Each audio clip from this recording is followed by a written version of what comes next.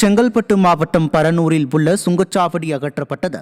பண்டிகை காலங்களில் போக்குவரத்து நெரிசலால் கடுமையாக அவதிப்பட்டு வந்த நிலையில் மத்திய போக்குவரத்து ஆணையம் மாநிலம் முழுவதும் சுங்கச்சாவடிகளை அகற்றிவிட்டு தானியங்கி செயலி மூலம் சுங்க கட்டணம் வசூலிக்க முடிவு செய்யப்பட்டது. அதன்படி பரனூர் சுங்கச்சாவடி தானியங்கி செயலி மூலம் வாகனத்தின் நம்பர் பிளேட்டை வைத்து வாகனங்களுக்கு தகுந்தாற்போல் சுங்க கட்டணம் வசூலிக்க உள்ளது. நீலகிரி மாவட்டம் உதகையில் உள்ள பிரபல ஹோட்டலில் சாம்பாரில் கரப்பான் பூச்சி கிடந்த விரக்தியில் ஊழியர்கள் அலட்சியமாக பதில் அளித்ததால் சுற்றுலா பயணிகள் அதிர்ச்சியடைந்துள்ளனர். உதகை கமர்ஷியல் சாலையில் உள்ள உணவகம் ஒன்றில் குடும்பத்துடன் வந்த சுற்றுலா பயணிகள் இட்லி ஆர்டர் செய்துள்ளனர். அப்போது சாம்பாரில் கரப்பான் பூச்சி இறந்து கிடந்ததை கண்டு ஊழியர்களிடம் முறையிட்ட போது அதை குப்பையில் போடுமாறு அலட்சியமாக பேசியுள்ளனர். இவ்விவகாரம் தொடர்பாக உணவு பாதுகாப்புத்துறை அதிகாரிகள் இது குறித்து விசாரணை நடத்த வேண்டும் என மக்கள் கோரிக்கை விடுத்துள்ளனர். தென்காசி மாவட்டம் ஆண்டிப்பட்டி அருகே உள்ள ஜம்புலிபுத்தூரில் இருந்து ஸ்ரீரங்கபுரம் செல்லும் இணைப்பு சாலையில் கடந்த 6 மாத காலமாக தார் சாலை போடப்படாததால் வாகனங்கள் செல்ல முடியாத நிலை உள்ளது.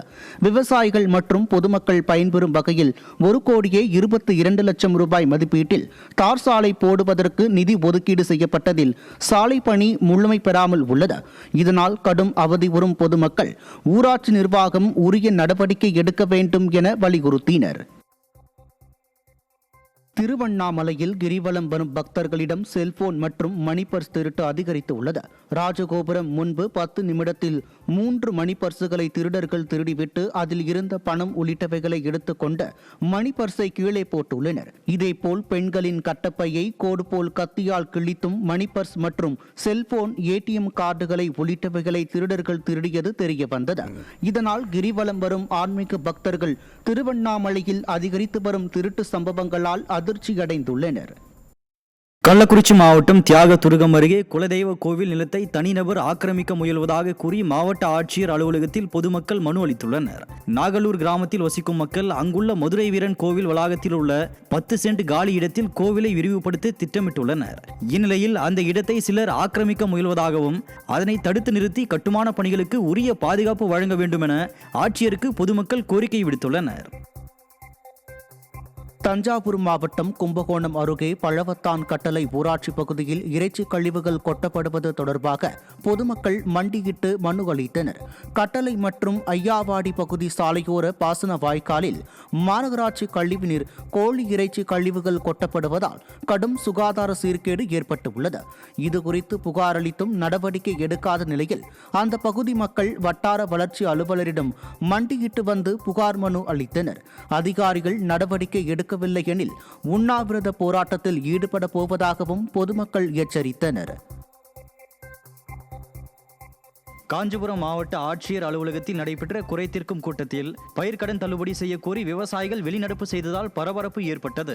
தமிழக வெற்றி கழக அரசு தேர்தல் நேரத்தில் கொடுத்த வாக்குறுதியின்படி தங்களது பயிர்க்கடன்களை உடனடியாகவும் முழுமையாகவும் தள்ளுபடி செய்ய வேண்டும் என விவசாயிகள் கூட்டத்தில் வலியுறுத்தினர்.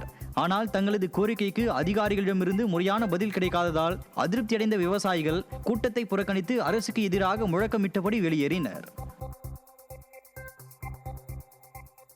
தேனி மாவட்டம் போடிநாயக்கனூர் பகுதியில் விளையும் ஏலக்காய் கிலோ ஒன்றுக்கு 500 ரூபாய் முதல் 700 ரூபாய் வரை அதிகரித்துள்ளது. தேனி மாவட்டத்தில் விளையும் ஏலக்காய்க்கு தனி மகத்துவம் உள்ள நிலையில் 1.5 ஆண்டுகளாக பெரிய விலை மாற்றம் எதுவுமின்றி விற்கப்பட்டு வந்தது. இந்நிலையில் தற்போது தரம் பிரிக்கப்படாத ஏலக்காய் கிலோ ஒன்றுக்கு 3000 முதல் 3300 வரை கொள்முதல் செய்யப்படுவதால் விவசாயிகள் மகிழ்ச்சி அடைந்துள்ளனர்.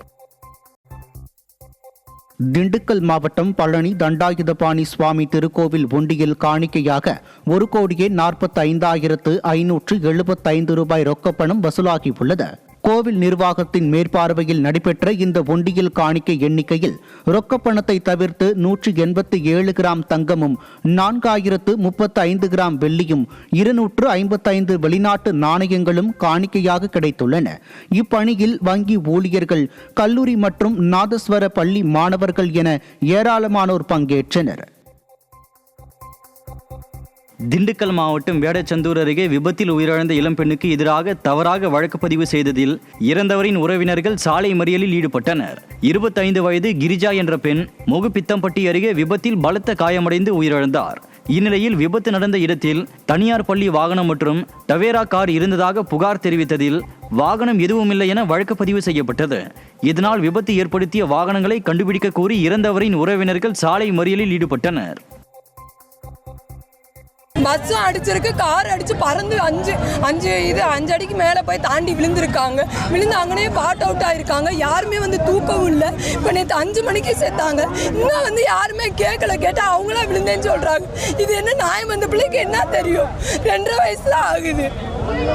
யார் இந்த பிள்ளைய என்ன பாப்பா செய்வா? கொஞ்சம் கூட மனசாட்சி இல்லாமல் அந்த பிள்ளைய வந்து செத்துச்சுன்னா எப்படி? நாமக்கல் மாவட்டம் காட்டுவேளாம்பாளையம் பகுதியில் உள்ள ஆழமான கிணற்றை மூடுமாறு திருச்செங்கோட்டில் நடைபெற்ற ஜமாபந்தியில் மாவட்ட வருவாய் அதிகாரியிடம் பொதுமக்கள் மனு அளித்தனர்.